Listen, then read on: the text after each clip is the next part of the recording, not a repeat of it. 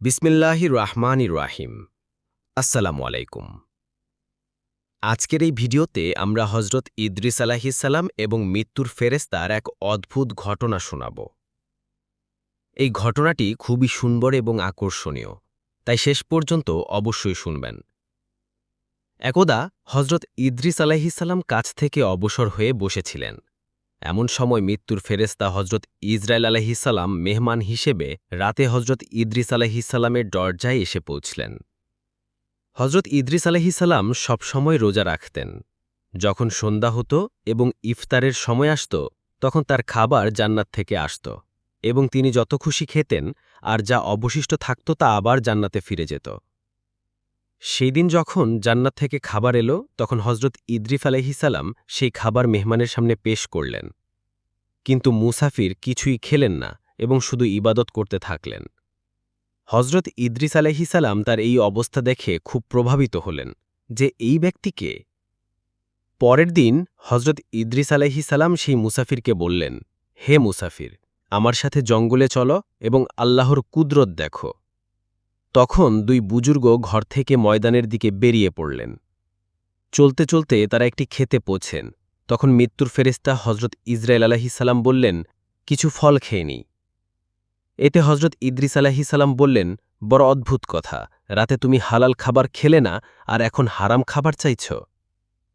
তারপর সেখান থেকে দুই বুজুর্গ অন্য একটি বাগানে পৌঁছলেন এবং সেখানেও আঙুর দেখে হজরত ইসরাইল আলাইহিসসালাম খাওয়ার ইচ্ছা করলেন।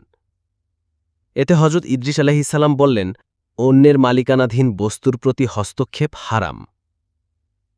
এবং তারপর যেতে যেতে একটি ছাগল দেখে হজরত ইসরাইল আলাইহিসসালাম খাওয়ার ইচ্ছা করলেন। হজরত ইদ্রিস আলাইহিসসালাম বললেন, অন্যের ছাগল জবাই করে খাওয়া হারাম।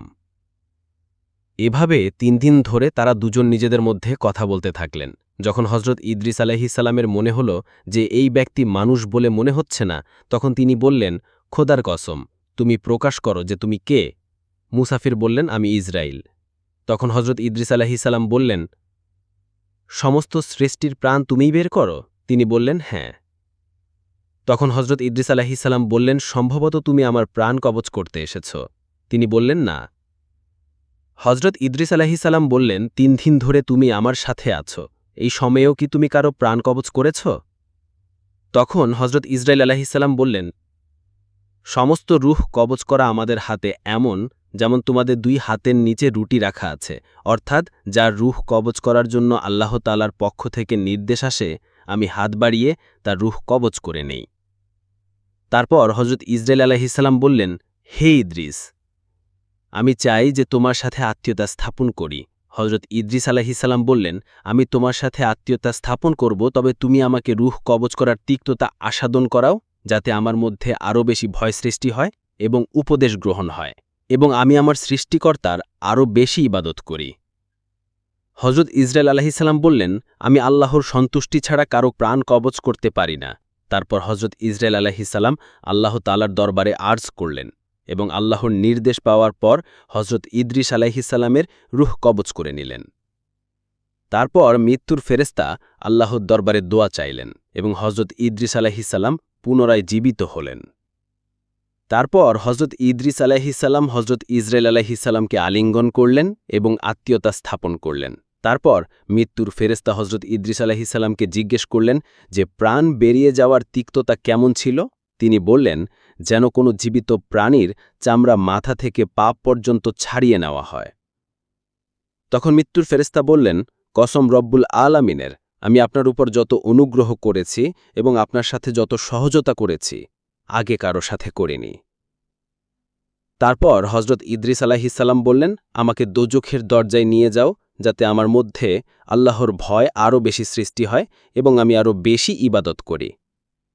মৃত্যুর ফেরেশতা আল্লাহর নির্দেশে হজরত ইদ্রিস আলাইহিসসালামকে দোজখের 7টি স্তর দেখালেন।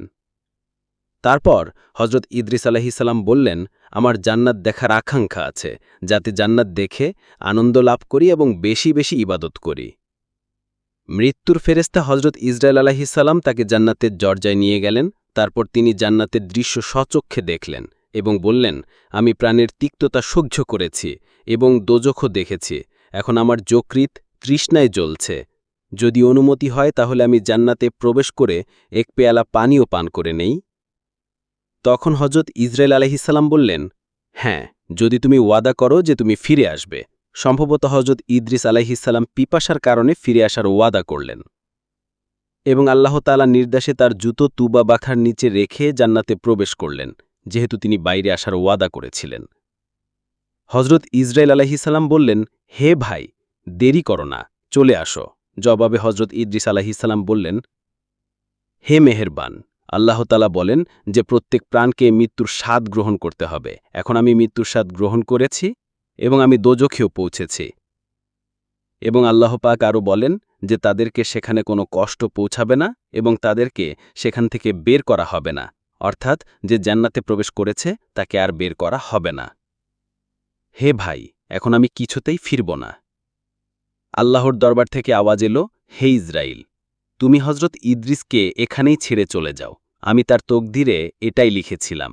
হজরত ইদ্রিস আলাইহিসসালাম মৃত্যুর স্বাদ গ্রহণ করে এবং দোজখ দেখে জান্নাতে চলে গেলেন। তারপর ইসরাইল আলাইহিসসালাম বললেন যে প্রত্যেক নবীর ওপর জান্নাত হারাম যতক্ষণ না খাতামুল আম্বিয়া হজরত মুহাম্মদ সাল্লাল্লাহু আলাইহি ওয়াসাল্লাম জান্নাতে প্রবেশ করেন। আওয়াজ এলো, হে ইসরাইল, আমি বেহেস্তুকে দেখে রাখিনি, কিন্তু প্রথমে বেহেস্তে হজরত মুহাম্মদ সাল্লাল্লাহু আলাইহি ওয়াসাল্লাম প্রবেশ করবেন, তারপর তার উম্মত প্রবেশ করবে। হজরত ইদ্রিস আলাইহিসসালাম তো বেহেস্তে চলে গেলেন এবং তার 7 পুত্র তার স্মৃতিতে অশ্রু বিসর্জন দিতে লাগলেন এবং খুব বেশি কাঁদলেন। একদিন শয়তান ইবলিস তাদের কাছে এলো এবং বলল, তোমরা কেঁদো না, আমি তোমাদের পিতার মতো একটি মূর্তি তৈরি করে দিচ্ছি, তোমরা সেটা দিনরাত দেখবে এবং পূজা করবে, তাতে তোমাদের সমস্ত দুঃখ কষ্ট শেষ হয়ে যাবে এবং তখন তোমরা খুশি থাকবে। তারপর ইবলিস এমন একটি মূর্তি তৈরি করল যার আকৃতি হজরত ইদ্রিস আলাইহিসসালামের মতোই ছিল এবং তাতে কোনো পার্থক্য ছিল না, এবং সেই লোকেরা সেই মূর্তির পূজা করত। এমনকি ধীরে ধীরে মূর্তি পূজার প্রচলন পুরো বিশ্বে ছড়িয়ে পড়ে এবং কোনো মানুষই আল্লাহ তাবারাকা ওয়া তাআলার সত্তাকে চিনত না। কারো কাছেই ইলম ছিল না এবং ভালো আমলও ছিল না। তারপর আল্লাহ তাআলা হজরত নূহ আলাইহিসসালামকে পয়গম্বর বানিয়ে পাঠালেন, যাতে তিনি তাদেরকে হেদায়েতের পথ দেখাতে পারেন। শেষে আমরা দোয়া করি যে আল্লাহ তাআলা আমাদের সকলকে নেক আমল করার তৌফিক দান করেন এবং হুজুর আকরাম সাল্লাল্লাহু আলাইহি ওয়াসাল্লামের দেখানো পথে চলার তৌফিক দান করেন এবং ঈমানের উপর আমাদের শেষ পরিণতি দান করেন। আশা করি আজকের ভিডিওটি আপনার পছন্দ হয়েছে। এমন ইসলামিক এবং তথ্যমূলক ভিডিও দেখতে আমাদের চ্যানেলকে লাইক এবং সাবস্ক্রাইব করুন। ধন্যবাদ।